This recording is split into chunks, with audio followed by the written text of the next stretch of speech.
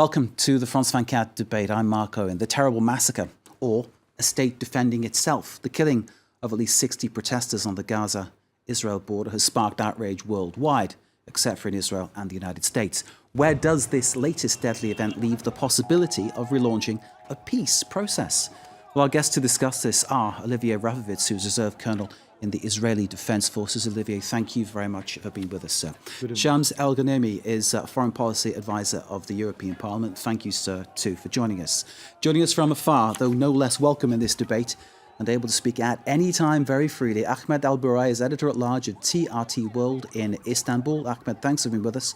And Eugene Kontorovich is Professor at the Northwestern University, which of course is in the United States. Thank you all for being with us. You'll be set free to speak your mind as soon as we go through our next small segment here. The bad feeling in the Middle East was, of course, further stoked by the opening of the US embassy moved to Jerusalem from Tel Aviv, the US, by doing so, recognizing Jerusalem as Israel's capital city. This Tuesday in the Gaza Strip, there's been mourning and burials of the dead. There are also many injured. And, of course, there is much anger. Let's hear now from our reporter, Chris Moore, who's in Gaza.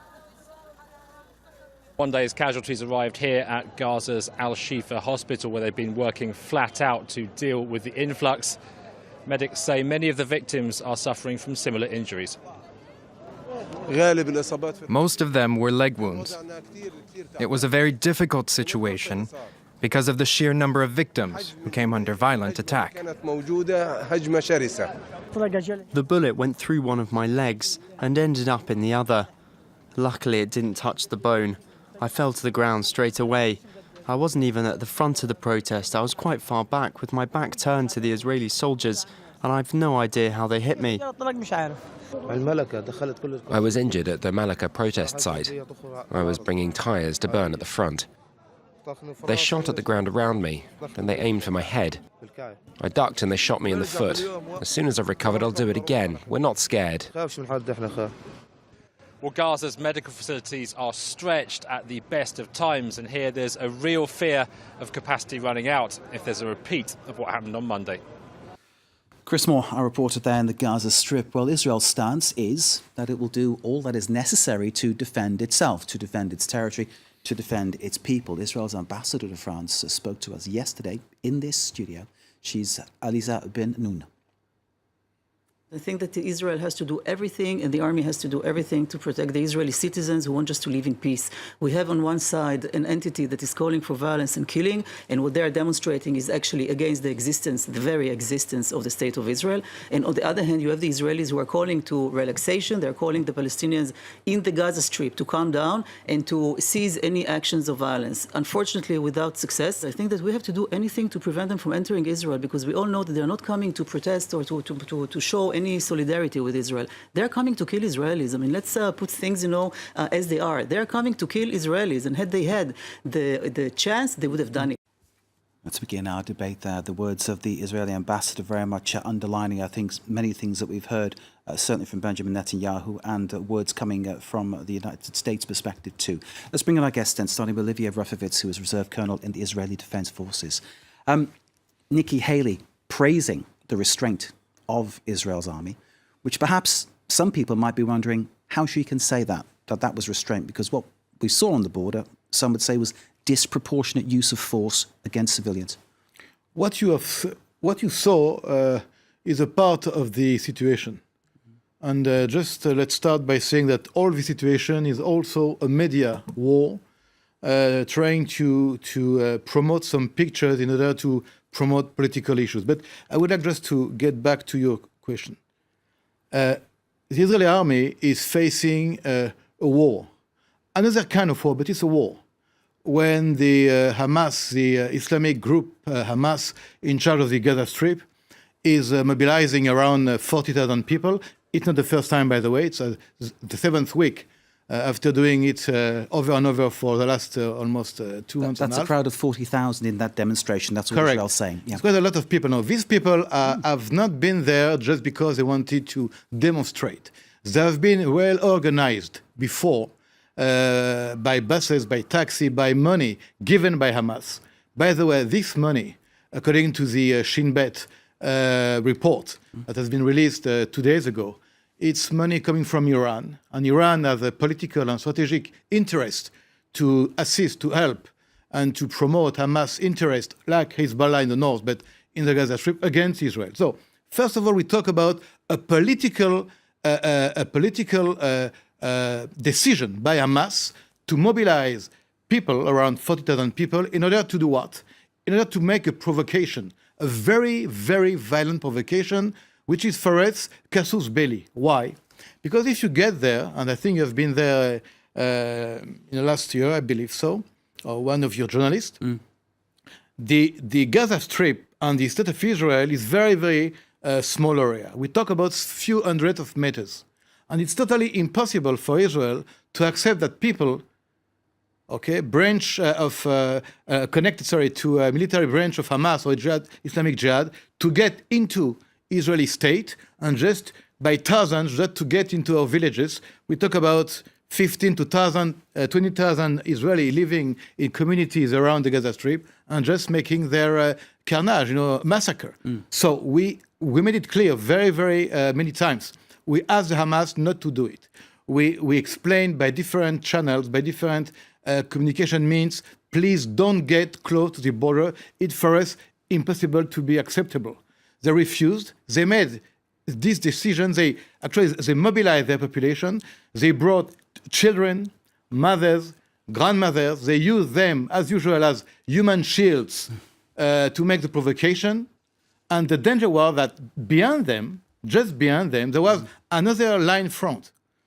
Behind them were people, very young people, most of them members of Azadin al-Qassam military branch of Hamas. By the way, among the casualties, more than 26 people have been killed, members of Azadin al-Qassam military branch. And we also now can say that in the last day of the incidents yesterday, the Israeli army foiled 3 commandos' attempts by Hamas to get into Israel. Now, altogether... So three attempts foiled, but no weapons were fired at Israeli troops. So no bullets, no rockets, no guns, but of course there were live bullets coming the other way, which killed at least 60 civilians. Please, 1 minute. No rockets, but the way is to use other elements to get into the. As soon as you have a breach in the fence, it's a catastrophe, and there is no room, no military room, no space to make these people get into the Israeli territory and to say, okay, now let's talk, because then it's a massacre. And we have been witnessed in the last year that 2 or 3 people can get into a house with a knife, with even nothing, and kill all the family. It happened in the Judea and Samaria, in the West Bank. It happened in Jerusalem. It could also have happened yesterday, and God said it didn't happen. Many documented cases of those knife crimes that you've spoken about, and we've reported on them here at First 24. That's a problem. Olivier, thank you very much. Let me bring you in, Shams, to give a reaction to what Olivier was saying there. And again, that question about a disproportionate use of force, because obviously Olivier justifying what has happened. How do you see what happened yesterday on the Gaza-Israeli border? What happened yesterday is also what happened a number of weeks ago. What has been happening in the past few years is a systematic degradation of the situation, of the use of force excessively. The rules of engagement from the Israeli Defense Forces are being more and more violated by their own forces. I'm sure you disagree with that, but please carry on. I do disagree with the former spokesperson of the IDF. The Israeli army is engaging in a territory that is not its own territory. And what do you mean? By being in Israel? Law enforcement is a very difficult task, but not in another country. And when you shoot down 61 civilians who are unarmed, who have nothing to do because they're besieged, and they have nowhere to go, even nowhere to be healed, and then you shoot them down for protesting, whether peacefully or not, in their own territory, you do then get condemned by the International Criminal Court's General Prosecutor, by the United Nations Secretary General, by the UN High Commissioner for Human Rights. Today, France said it is totally unacceptable to shoot down unarmed civilians. There is no discussion regarding this. There is something called the Geneva Convention. There is something called international humanitarian law, which I'm trying to teach to my students and telling them, well, look, there are rules and there's international law. And then, again, we forget what Israeli NGOs are asking the government to respect. The moment we stop respecting the rules, then the situation degrades and gets worse, and then it gets much easier for jihadi groups to have new recruits. And that is why the King of Jordan, Abdallah II, who just met with President Macron recently, just said to the European Parliament that the more we deteriorate the situation by letting settlers have more and more housing, by letting impunity rise amongst Israeli forces and their use of forces against unarmed civilians, the more we have jihadi recruits. This cannot go on. So it's against the interest of Europe. So the Israeli defense tactics actually could be making matters incredibly worse. Olivier, I'll let you back in on that one in a moment. Let's bring in our guests from afar. Ahmed Al-Burai, who's editor-at-large of TRT World, talking to us from Istanbul. Ahmed, I hope you can hear us. I'd be interested to hear what you think about what's gone on, especially given that there's been a massive demonstration in favour of the Palestinian cause in Istanbul. First, I'm Gazan and I'm Palestinian and I know what's happening in Gaza, and I feel that it's really ridiculous to hear what Olivier was speaking about. It is a matter of, I don't know how to describe this. The guy is speaking about the democracy of Israel, its right to defend its own border. First of all, does Israel have any borders? Can he tell us what are the borders of Israel?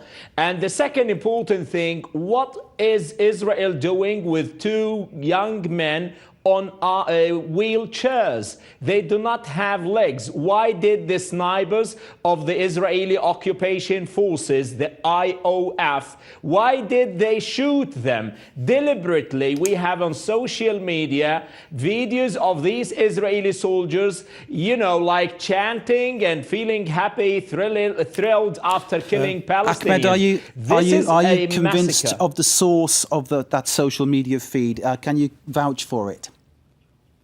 I am 100% sure, and I asked the ambassador of Israel here in Turkey, and he told me that we started an investigation, but we didn't hear from him what happened to these soldiers. I am 100% sure. Now he is speaking about war crimes, and nobody, you know, Israel is the only democracy in the Middle East. Is this the democracy that Israel is doing?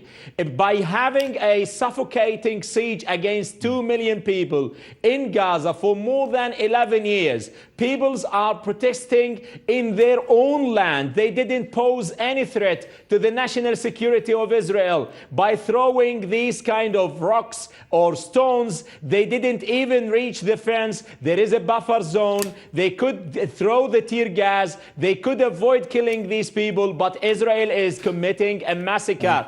And the word is speaking about violence, is speaking about clashes. There were no violence. There were no clashes. It was not excessive use of force. It was a massacre carried by the Israeli occupation forces against civilians in the Gaza Strip. Full stop. Period. That's what the United Nations should be speaking about. Hear what you're saying. Ahmed, thank you very much indeed. I'll ask you in a moment about the allegations that, of course, there are terrorists in among those civilians during that protest, something that's been raised by Olivier. I need to bring in our fourth guest just before we come back and do another tour. Eugene Kontorovich of Northwestern University. Can you hear me, sir? I can't quite see you yet. Yes, I can see you. You're in Jerusalem, I've been told. Right in the place to be. Good evening to you. Thank you for joining us. Give us your reaction, sir. What are your feelings of what you've heard so far? So I think it's important to put this in a broader context. Until 2005, Israel controlled the Gaza Strip, and there were numerous Jewish civilian communities there. In 2005, to show that Israel was serious about peace, Israel completely withdrew from Gaza. Israel left Gaza, and not only that, they took out every single civilian. Ahmed, we'll come back to you in a moment. Let him finish, please, Ahmed. They took out Ahmed, let him finish, please. single civilian. They didn't. Ahmed, let him finish, please, sir. They're still imposing the siege on the Gaza Strip. Ahmed, please let him finish, please. Eugene, go Ahmed, ahead, you please. can yell when you talk, but don't yell when I talk.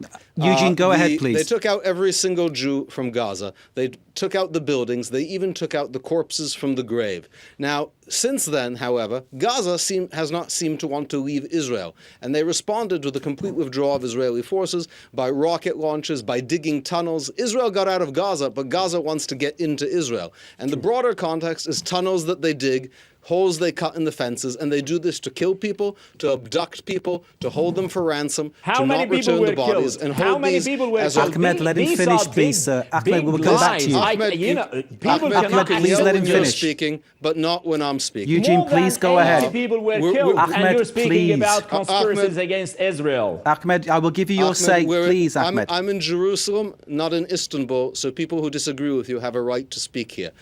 So the broader context is Hamas has made it clear. The Great March And of people Return who disagree with you have the right to live in Palestine. Israel.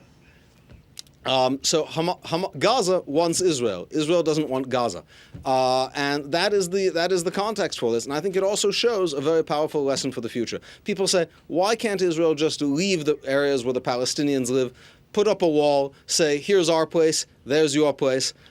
We see that even when Israel does that, the Arabs Your Prime Minister said clearly, bluntly, come on, guy. Your Prime Minister said clearly, no state solution, no two-state solution. It's Ahmed, dead. the Palestinians can have any kind of state they want in Gaza. Instead, they want a terror state. Gentlemen, we need to leave it there for part one. Do you think so? Do you leave it there for part one. Part two, of course, this very large debate will process? continue. Stay with us. Ahmed is debating Stay with us. State solution.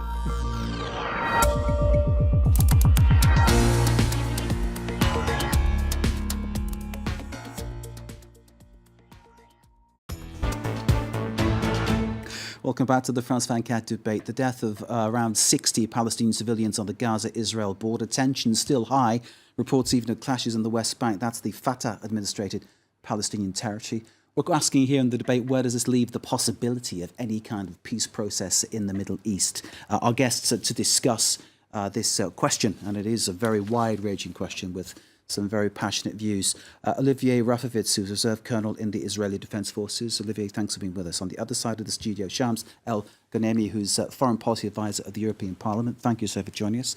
Joining us from Istanbul is Ahmed Al-Burai, Editor-at-Large at TRT World, and also a person of the Gaza Strip. Thank you for being with us, sir. And Eugene Kontorovich, who's a professor at Northwestern University. He's joining us from Jerusalem. Before we ended part one, Ahmed, you were passionately trying to express yourself, and as I had to cut you short, I'll go back to you, sir. What were you trying to tell us? What I'm trying to tell you is this is the era of Donald Trump, who trained to be a partner of Israel rather than a real broker for peace process. The Palestinians, if they still believe, what I mean by the Palestinians, the PA President Mahmoud Abbas should be looking for any other partner. But indeed, the big question is still, does Israel believe in a two-state solution? Does Israel believe in the Palestinians' right to exist? They always ask the Palestinians to recognize Israel's right to exist. They always accuse Hamas of being unequivocally looking and adamantly insisting on eliminating Israel. But what about Israel? Does the Prime Minister of Israel, Benjamin Netanyahu, still believe in a two-state solution, or it was a pipe dream that the Palestinians were thinking of for more than 25 years now? It's all dead because of the new, dynamics of the region. Because I think you speak a little bit tonight as a spokesman of the Hamas movement, which is very interesting, because if you talk about this peaceful solution, I believe that you know that. Hold on, you talk a lot. You talk a lot, and you don't listen to the others. Ahmed, you talk a lot, and you don't listen to the others. You can easily paint us with the same color. It's very easy to it's impossible. just the accusers there. Listen, you cannot just you put a question. You put a question to Olivier. I will put the question to him. You clearly. You answer my question. Listen, Ahmed Al-Burai. If you talk, Olivier, please. Ahmed, if you will now be quiet, Olivier will answer your question, or we'll have to stop. Ahmed, thank you very much indeed. If you'll be silent for a moment, Olivier will answer your question. Go ahead, sir. So I repeat clearly and slowly, and I want please to talk without being disturbing by Go ahead, Mr. please, Ahmed. Olivier. Yeah. Ahmed tonight is speaking as a spokesman of the Hamas movement. And I would like to tell him, as a spokesman of the Hamas movement... He's expressing Hold views on. as someone from the Gaza Strip. No, because he's clearly giving the Hamas narrative. Now, this narrative is very nice for Ahmed, but it's very bad for Mahmoud Abbas. And I would like just to tell Ahmed and people beyond Ahmed who are members of Hamas and Islamic Jihad and all together connected to Iran that Mahmoud Abbas and the Prime Minister of the Palestinian Authority has almost been killed in Gaza Strip, the Palestinian territory, by his own friends. So you ask me if Israel is ready to make peace. The Palestinians themselves are divided by blood in order to agree about what they're going to do with Israel. But another point. Ahmed mentioned these disabled two people in a wheeling chair. I would like just to remind him and to remember that a few years ago, there was someone in a wheelchair. His name was Ahmed Yassin. He was a disabled man, but he was in charge of Hamas. He was the founder of Hamas movement. He was a mega terrorist. He gave orders to kill hundreds of Israelis. So to be in a wheelchair, with all the respect, doesn't mean that you are not a terrorist. Do you agree that people in the Gaza Strip have the right to protest, though, Olivier? I mean, speaking as someone from the Israeli Defense Forces, do you believe they have the right to demonstrate? Listen. You ask me as a Democrat. In a democracy, you have the right to demonstrate. Of course you do. But you have not the right to use violence to invade another country. We talk here about an invasion, not about a protest. Olivier, please pause. Oliver, if you allow me. Ahmed, you pause for a second. You're in next. You're in next. I need to get a comment from the man in the studio. Ahmed, please. Say there are no innocent people in Gaza or not. Did he say that? Ahmed, wait, please. Shams. The problem that we're centralizing both parts, as if everything was crystal clear from the Israeli side, and from the Palestinian side, you only have Hamas. I'd like to remind everyone that you have many nuances in between. Where, in Gaza? You have former Israeli snipers who are ashamed of the current rules of engagement being completely violated by their own Israeli army in the shooting down firing orders. At demonstrators. Their letter has been published in The Guardian. Their letter has been published in The Guardian recently. Expressing how shameful it was for them as former elite snipers in the Israeli army that it is now completely fine to shoot unarmed, peaceful protesters in the Gaza Strip. I'd like also to remind people that we have many Israelis who are against what is happening now, who believe that this is counterproductive, that the suffering of the 61 bereaved families will last long. And the fact that we say we're a democracy, we're not a democracy, protesting, forgetting the gravity, the tragedy of the situation is terrible. That is why the EU is calling on both parts to restrain, to have peaceful protests, to definitely not use live ammunition as the only way to recourse to peaceful protests. Did you see the protest? We need to have nuances. It was peaceful protest? Did you see the protest? Would you shoot down on someone who opposes you? Did you see the protest? It is not a reason to shoot down children. Did you see the protest? I mean, if you see the protest, Oliver, it's impossible to stand quietly in front of this protest. I know, but I mean, it's a lie. It's a big lie promoted by this gentleman in Istanbul. By the way, about Istanbul, just one word about Turkey tonight. Turkey is criticizing Israel, even they decided to as the Israeli ambassador to leave. But Turkey is forgetting something. It's very easy to criticize Israel self-defense right. But we will remind Turkey tonight that they have forgotten 1.5 million Armenians killed by the Turkish army in 1915, and in Turkey they forget this tragedy. That's recognized as a genocide by France, but France is also criticizing the way Israel acted on Monday. No, because you're in Istanbul, so I'm just conveying by you this message to your friends. France recognizes that Armenian genocide you're speaking about. It's also criticizing the way the IDF acted on the Gaza-Israel border. France is asking for restraint. Let's be realistic about what's going on here.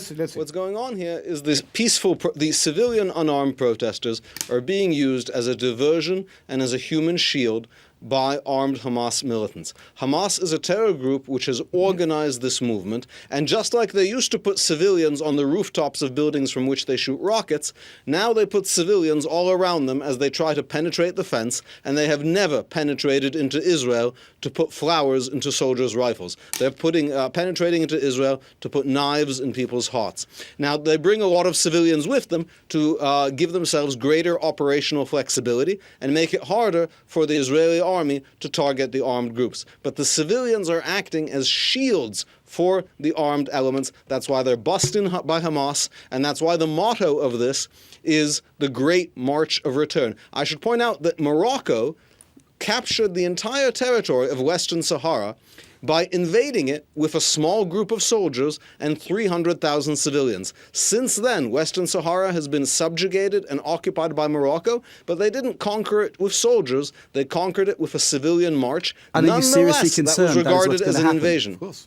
That's you seriously concerned, Eugene. That's what could happen. That is what they are threatening to do, and unless it is stopped, it could happen. Unless it is stopped, it's happened before. And why did Morocco manage to do it with Spain? Because Spain did not use force to defend itself, because they ran away. Why did they run away? Because it was a Spanish colony. Israel has only one country. There's nowhere to run away to. Eugene, point taken. Let's bring back in Ahmed Al-Bourei. Ahmed joining us from Istanbul. Ahmed, of course, from the Gaza Strip, and as we've heard, very passionate about the situation. You've heard the fear expressed by Eugene regarding what might happen if protesters from Gaza are allowed through the fence, get through the fence. Is that what's going on? Is that what people want to do in the Gaza Strip, do you think? What do you expect, Mark? People are being under siege for more than 10 years. What do you expect them to do? Well, Hamas, he's accusing me of being the mouthpiece of Hamas. Hamas changed the manifesto, recognized the two-state solution, and they're willing... Come on. That's another lie. Ahmed. Another lie from Istanbul. Olivier, please, Olivier, That's really lies. Okay. The more we shout, nobody gets heard. Never interrupt me when you're lecturing people not to interrupt. Come on. Let me continue. Continue and tell us about life in the Gaza Strip too, please, so we know what it's like there, you know?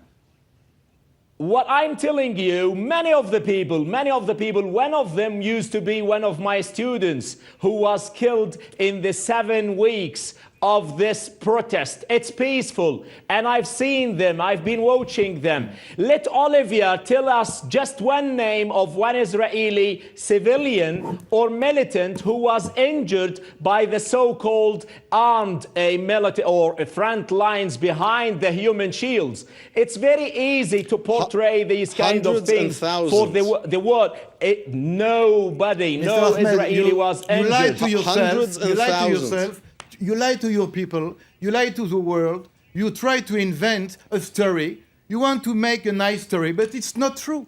You Olivier, are actually... have there been any what Israelis... is true? Tell us what is Ahmed, true. Please, hang on a second. Please, have there been any just give Israelis me the chance to injured, continue. killed during The these people in demonstrations? Gaza, Mark, the people in Gaza, they are desperate to have decent life. They're looking forward to any kind of negotiation that will lift the siege. The siege has been imposed on the Palestinians. And just one thing I want to remind your honorable audience. They have to take into consideration that these are human beings that are being killed. More than 40 people have been more than 60 people have been killed in one day, and the people is watching. We are not numbers. These are human beings again. These Palestinians, their children, the age group is 16 to 34, and everybody should respect the blood there.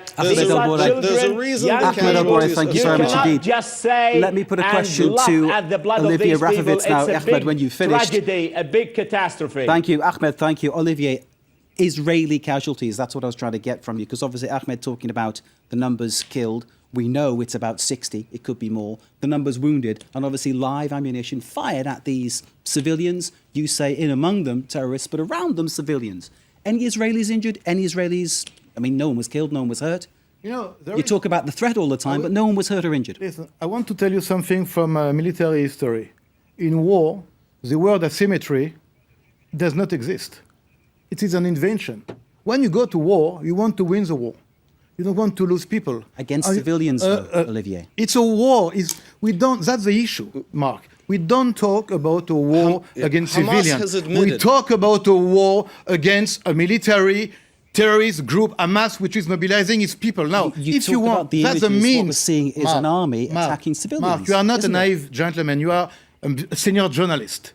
Hezbollah, ISIS, Hamas, Islamic Jihad are using people, women, children, their own population as human shields to launch war against enemies. I just want to remind you, when the coalition... Let me interject here for a second. Eugene, go ahead. I think the entire question, have any Israelis been killed, is misguided and obnoxious. First of all, yes, hundreds, maybe thousands of Israelis have been killed by Hamas. So really the question is, have any been killed today? And I think it's absurd to require that Israel first let Jews be killed as a condition for defending I don't think itself. I was suggesting that. I don't think anybody here suggested that, Eugene, to be honest. We're talking about proportionality, aren't we? You see an army firing live rounds at proportionality civilians. means a mixed body of armed soldiers and civilians. We know that about a third, at least, of those killed were members of the Hamas military wing. That is actually not a terrible ratio. Now, if the ratio of proportionality is how many Israelis to Gazans were killed, that is indeed saying that Israel has not allowed enough Jews to be killed to warrant this operation. Eugene, now, you were Israel's talking position about is that the threat, right... And the question I was trying to bring in was, where is that threat? Is it a real threat? Is there a reality in that The threat is the tunnels. The threat is the efforts they've made so far. They So have the answer to already my question killed is people. no one was killed. Okay. Thank you, Eugene. Thank you. You will get back in a moment. Shams, can I bring you in about the proportionality of what we're seeing here? Because I think this comes down to the very crux of the matter. We've had Nikki Haley at the UN praising the restraint. We've had many other people calling for restraint. Where is that difference? Where does the EU stand? Can the EU, from there, exert any influence on the Thank you situation? for your question. That's a great question. It's the importance of risk. How much of a risk is there in having dozens, hundreds, thousands of mostly unarmed civilians, if you still want to have the assumption that some of them are armed, I mean, it is their land, to protest in their own land. They want to cross the land. What I can see is that we're so far from proportionality that Israel's own civil society, Israel's own former snipers are denouncing the Israeli army as being counterproductive. This is how far we have been. My position is not personal. Bear with us, please, Eugene. Bear with us, please. I'm just representing the position of the European Union, the position of the UN High Commissioner for Human Rights. These are people who have a lot of respect for Israel, who definitely want Israel to be safe, Israelis to live in peace, in security, not to fear any rockets, not to fear any even hateful speech towards them, for them to feel in peace in the Middle East, where they have the right to live. But on the condition, obviously, that the right to live and the right to life of their own neighbors is not threatened. And that a lot of Israeli intellectuals are agreeing with, a lot of people who have hearts agree with, and that is why the EU here comes as a very important ombudsman to try and bring both parts together and resonate and reason the Israeli army. Eugene Kontorovich, if you can hear me, did you hear what Shams had to say there about the EU stance, the UN High Commission for Human Rights stance as well? I mean, you don't agree with disagree with any of that, do you? I think it is absolutely contrary to how the EU treats other conflicts. Look at NATO operations in Afghanistan, US-British operations in Iraq. There are often military missions which kill hundreds of people. But do you disagree with what's been said here about the EU stance and the UN stance as regards Israel and Gaza?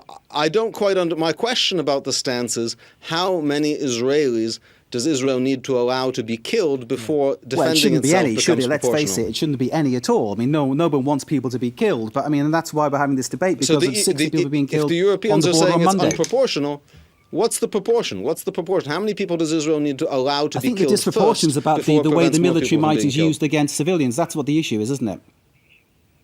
The military might is being used against the civilians that have been purposefully put by Hamas in front of Hamas operatives to act as shields, which makes them not civilians, but direct participants in hostilities under international humanitarian and obviously you're law. saying women and children among them, aren't you? Which is what Olivier said as well. Shams, you're shaking your head. Oh, yeah. I mean, I disagree with his perspective because he doesn't think for everyone. He only thinks for part of the really right-wing, hawkish Israeli public opinion. I would like to speak on behalf of all the other people who are disgusted at seeing one far-right on the one hand, which is Trump, and on the other hand, the government of Netanyahu, and on the other hand, also lunatics from the Hamas government who still use this to live and survive politically, despite the common sense of having a long-term peaceful solution following the Arab initiative of the Arab League of 2003, which was supported by the EU to recognize Israel, in exchange Thank for God Israel also to Israel has a recognize the liberal Palestinian society. Authority and to recognize Palestinian sovereignty over only 22% of historical Palestine. Let's let these people, both people, live in peace. I was just in San Francisco 2 days ago meeting with a Palestinian who has just left Palestine. Now he's got the green card, and he told me that his only dream is just to leave as a human being. He doesn't care about politics anymore. We need to get Israel to understand that it is in its long-term interest to have peace and to stop exercising the Palestinians full force. calling this Nakba Day. Of course, they call it the catastrophe. It was the establishment of the modern state of Israel, which, of course, resulted in the displacement of many Palestinians. Listen, we want peace. We want peace in Israel. You know, I have 4 children.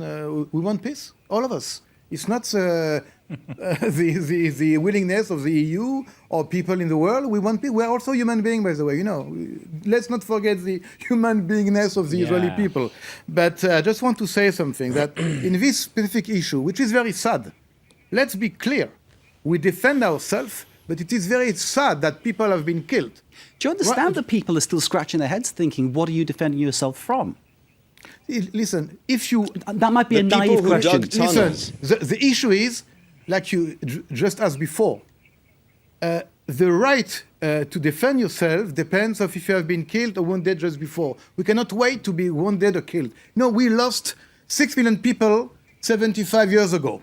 Okay, it's a big catastrophe. It's not a Nakba, it's a mega Nakba for the Jewish people. The and Holocaust, the Shoah. Yeah, but we still live hold on, we still live with that. We still live with that. Now, when people like Hamas write, okay, on papers, we want to destroy the state of Israel, and now we want to invade the state of Israel, and now we are returning with a big march to conquer back our land, you believe that we cannot stay... Do you believe everything in Israeli politics? Of course not. I'm sorry? Do you believe everything in Israeli politics from every single political party? Of course not. But this is borne out in words. Hamas pays terrorists to kill Israelis. I mean, this happens in reality every single year. There are attacks, shooting attacks, stabbing attacks, tunnel digging attacks, sponsored by Hamas. They're not just saying they want to get rid of Israel. They're in the process of doing it, and we don't want to let them get very far in that process. Let me bring in a man who we've not heard from for a while, Ahmed Al-Burai, who is watching over in Istanbul. Ahmed,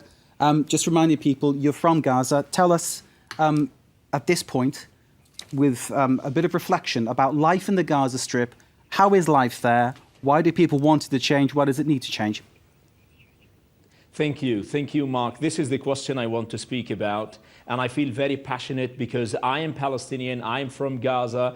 And to be honest, I'd like just to tell you just one example. If the Israeli side really genuinely believe in real peace, let them give us a good example, a good model in the West Bank. There are no demonstrations, nothing happening there. There are good relations with the PA, but still there is nothing on the ground. The people are still suffering from many things. The people in Gaza, on the other hand, they're desperate to have decent life, to have the freedom to travel. They cannot travel. The patients cannot go out from Gaza. The medicine supplies are not allowed. $800 million have been given to the Gaza Strip, the people, and the money went to the tunnels. The money went to the weapons. The money went to terror. You spent your money for killing people people. they're, So you now forget they're what you're protesting doing with your Gaza peacefully, Strip. and you're pushing forget them to what you're doing, violence. please. They're protesting on the fence. They are protesting Children, against women, the corrupted girls, government with who is nothing in stealing the hand, money and now coming you're from the pushing donor them state. to resort From to the violence, EU, by and the then way. you start blaming them. The EU is accusing giving them money of for the using people, the and the civilians money as a is